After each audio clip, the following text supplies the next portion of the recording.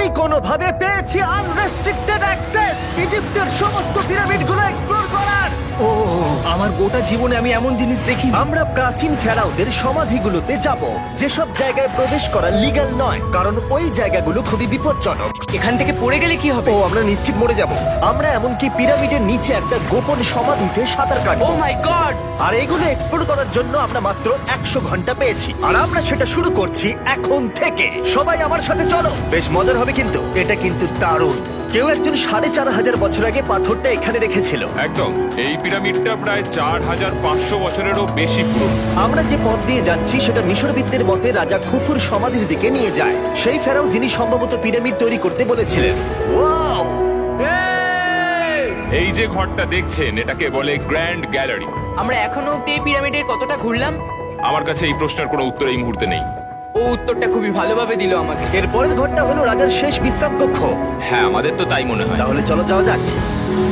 ও, ও, ও, ভাই এটা আমি কি দেখছি?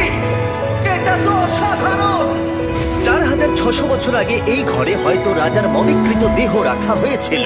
এখানেই তাহলে ফেরাওকে সমাধিস্থ করা হয়েছিল। হ্যাঁ, আমরা মনে করি এখানেই ওনাকে সমাধিস্থ করা হয়েছিল। মনে করো, শিওর নয়। আমার মনে হয় এই পিরামিডের ভেতরেই আরো একটা চেম্বার আছে, যেটা আমরা এখনো খুঁজে পাইনি। সেখানেই হয়তো রাজার বডি রাখা আছে। আমরা এই ভিডিওতে সেটা খোঁজার চেষ্টা করব, কারণ এর পরে আমরা লিটারালি এই পিরামিডের কয়েকশো ফুট নিচে যাব, আর এমনকি পৃথিবীর বৃহত্তম প্রাচীন পিরামিডের সব থেকে উঁচু স্থানে যাব। এটা দারুণ!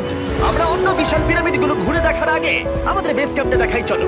হ্যাঁ, এটা দারুণ। এখানে আছে ডিনার টেবিল, ঘুমানোর জন্য টেন্ট, আর ওকে। এমনকি লাইটও লাগানো হয়েছে যাতে ক্যাম্প থেকে পিরামিডগুলো দেখা যায়। এটা হয়তো আমার দেখা সবথেকে এক্সপেন্সিভ নাইট লাইট। এই পিরামিডটা আমরা আগামীকাল এক্সপ্লোর করব। ভোর 5টায় আমরা শুরু করব। এখন সবাই ঘুমিয়ে পড়ো। এই পিরামিডগুলো প্রাচীনকালে তৈরি হলেও প্রযুক্তির দিক থেকে এতটাই উন্নত ছিল যে কেউ কেউ এগুলোকে প্রাক মিশরীয় সভ্যতার দান বলে মনে করে, আবার কেউ কেউ এগুলোর পিছনে এলিয়েনের অদ্ভুত তথ্য বলে। কিন্তু মিশরবিদরা নিশ্চিত যে এগুলো প্রথম মিশরীয়রা তাদের রাজাদের সমাধি হিসেবে তৈরি করেছিল। আর এই ভিডিওর শেষে আমরা খুঁজে বার করব কোন তত্ত্বটা হলো সঠিক। ঠিক আছে, তাহলে তোমরা রেডি আমাদের লিস্টের পরের পিরামিডটা এক্সপ্লোর করার জন্য? খাফরার পিরামিড। এই দৈত্যাকৃতি সৌধের বিশেষত্ব কি? আচ্ছা, ভালো করে দেখলে বুঝতে পারবে এই পিরামিডের কেসিংটা কিন্তু রয়ে গেছে, যেটা সবকটা পিরামিডেই কোনো এক সময় ছিল। তাহলে কি এগুলো এলিয়েন তৈরি করেছিল? না না, এলিয়েন নয়। আচ্ছা, রামি আমাদের পৃথিবী পৃষ্ঠ থেকে প্রায় 100 ফুট নিচে খাফরার পিরামিডের গভীরে নিয়ে গেল। এটা এমন একটা জায়গা যেখানে আধুনিক বিশ্বের খুব কম জনই গেছে। তাই সত্যি বলতে আমরা বুঝতেই পারছিলাম না যে এরপরে আমাদের জন্য কি অপেক্ষা করে আছে। প্রাচীন মিশরীয়রা কার্ডবোর্ড ব্যবহার করত। আমরা বিশ্বাস করি এটা দীর্ঘ সময়ের জন্য রাজা খাফরার সমাধিস্থল ছিল। আর এখন এখানে জিনিসপত্র রাখা হয়।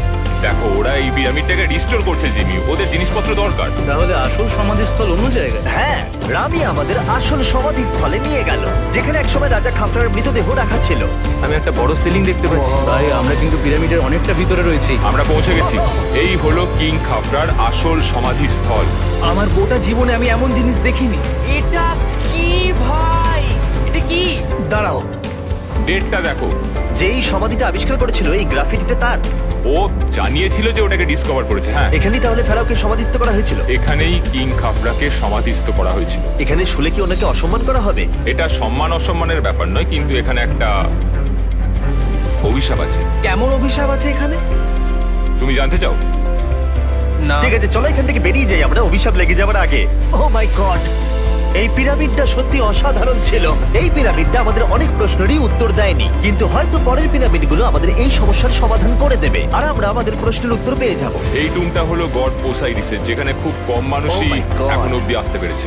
তাহলে আমরা এখানে কি করছি? আমরা ভাবতেও পারিনি পাতালের দেবতার সমাধি মাটির নিচে এতটা গভীরে অবস্থিত। ও ভাই না, এটা তো অনেক নিচে অব্দি গেছে। আগে তুমি যাও curl. O my God, oh my god.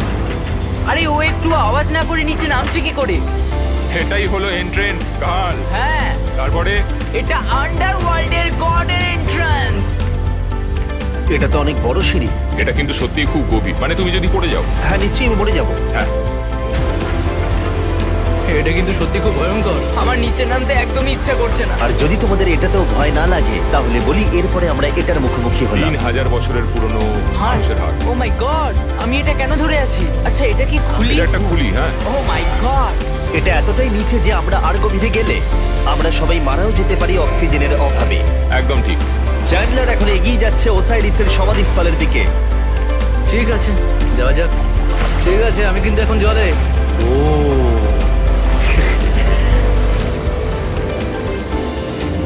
তুমি বুঝতে পারছো এখানে অক্সিজেন তেমন নেই।